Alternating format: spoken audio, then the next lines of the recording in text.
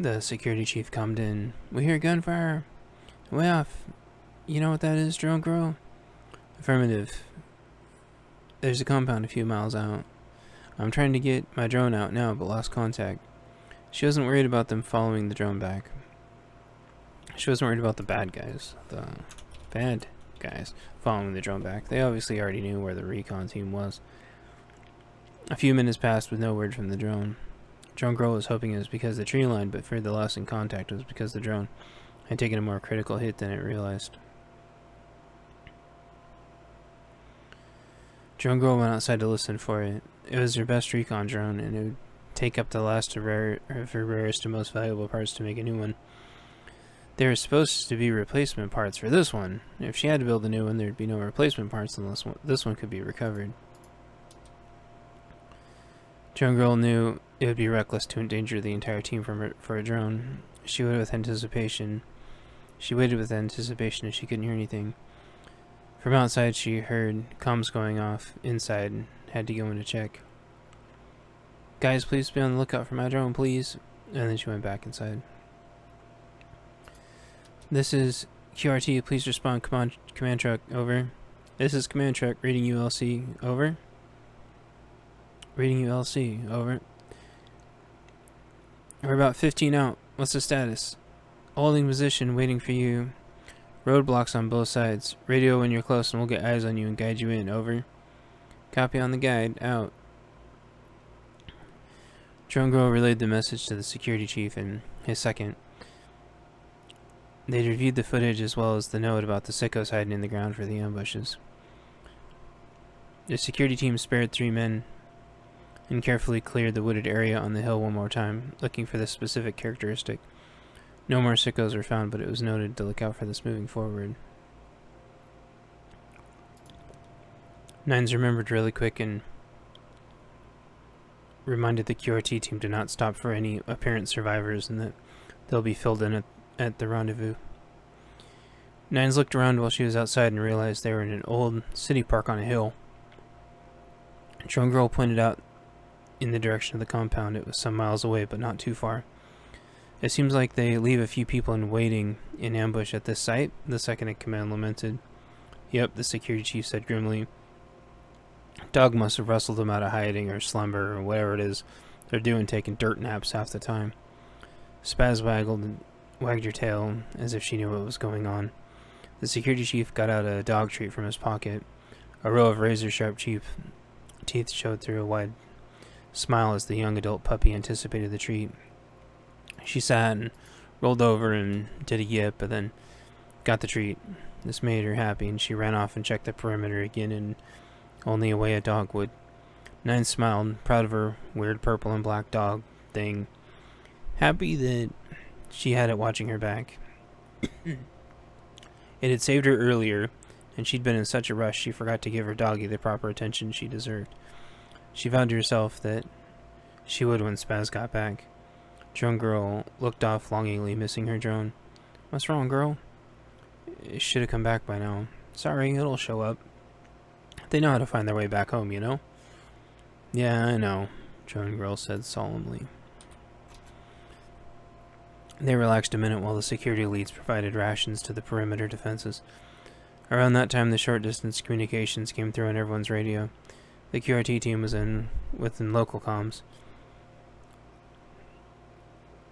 They collaborated with the team on which engines to use, and then they got through okay. Drone girl went back to check on all of her monitors and sensors, while the QRT team got up to speed and noticed the doggy cam. Hey, Nines, come take a look at the doggy cam. Nines came in and saw that there was something obscuring the view of the camera, but that she was in close proximity and coming closer. Try not to fear the worst, Nines replied. Maybe she found something, and she's bringing it here? Chapter 21. The Plan. A park in the DMZ. Afternoon. Spaz was known for finding random things and bringing them to Nines as presents. It was usually her toy or an empty plastic carton, but one time it was an entire toilet seat. They never did find where the toilet seat had come from, but oh well. They notified the security guy that was in their direct area.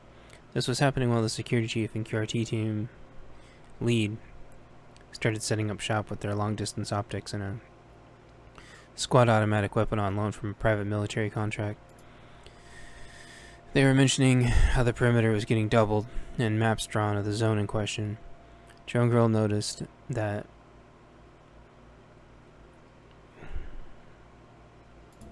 along with the optics guy, another sharpshooter was setting up with a 50 cal rifle trying to range the distances outside a mile. Another was setting up a 300 Win Mag to take down anything big that got closer. The two teams worked seamlessly together, adding an additional layer of security, and within moments there was noise from the clearing. Nines pleaded with everyone not to shoot, and everyone was well trained. So they knew not to automatically shoot if someone was outside the wire on recon. From the bushes came Spaz with Drone Girl's prize drone, looking as happy as ever, like the dog had just done a good thing.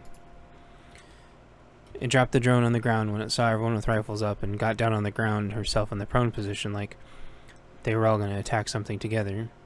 Everyone breathed a sigh of relief and put their rifles back in the low and ready.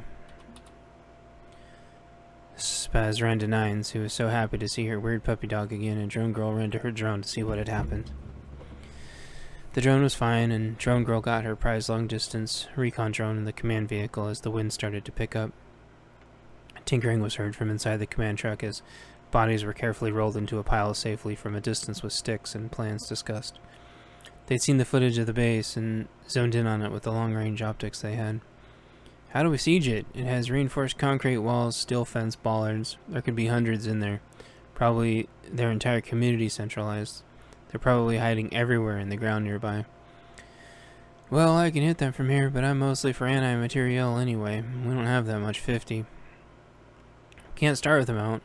Who knows how much food they have in there. But the food they eat doesn't last long. Yeah, but if they keep the food attached, it stays good forever.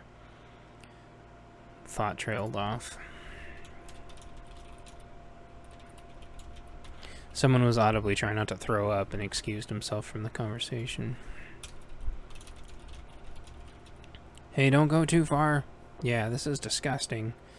They probably don't need to eat that much anyway. How smashed they are on whatever drugs they've been jamming. One of the guys that was prior law enforcement had run some of the drugs through a kit. He had aramid gloves and was able to carefully extract some of the needles. They were networked to a system, as believed, to a pump full of drugs. It was carefully disengaged and the drugs tested, and it was everything from meth to coke to heroin all in one.